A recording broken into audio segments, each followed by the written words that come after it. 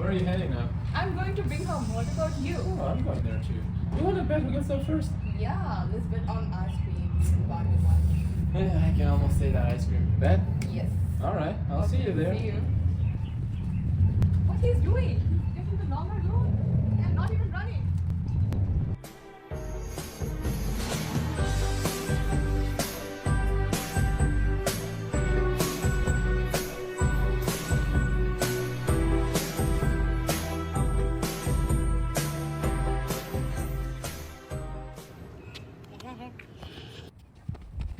What? There she is. How I did won you my get ice her? cream.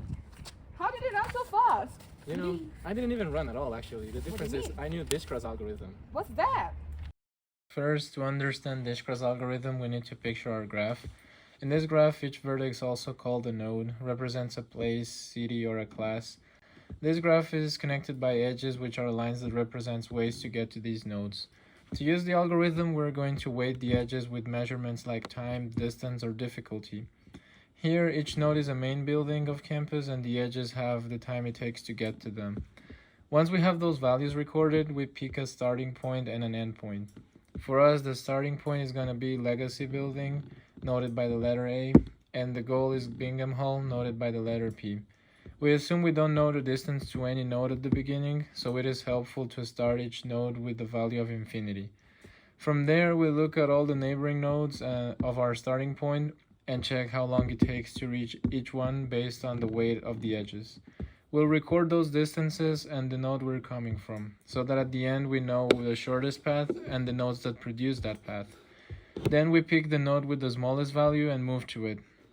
When we are updating the time it takes to get to each node, we only consider the total distance in relation to the starting point. So if it takes 1 minute to go from A to B and another minute from B to E, then getting from A to E takes 2 minutes totally, and that's the value we record. We keep doing this by always choosing the next node with the smallest total distance until we eventually reach our destination. Now here's where things get a bit more interesting. Instead of manually checking every node to find the smallest distance each time, Dijkstra's algorithm uses a priority queue. A priority queue automatically keeps the nodes ordered by their current shortest distance, so the node with the smallest value is always picked next without us scanning everything. This makes the algorithm way more efficient, especially when the graph gets big. Because of this, the time complexity depends on how we implement that priority queue, which is O log of V, where V is the number of vertices. When using a binary heap, the overall time complexity becomes O of V plus E log of V, and E is the number of edges. In simple terms, we're efficiently processing each node and edge, and the log factor comes from maintaining the priority queue. Once we finish analyzing each vertex and we have the shortest path, the algorithm is finished. So at the end, the shortest path is going to result in moving from point A to D, D to M, and M to P. We can access those values from our reference table, which we know we can get from here to here, and here to here.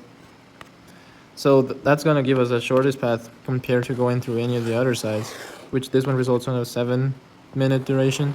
And going for this side is going to give us a total of 8 minutes. So that's it. That's how I made it. It's not magic. I just knew the shortest path. Damn, I have to buy you an ice cream now.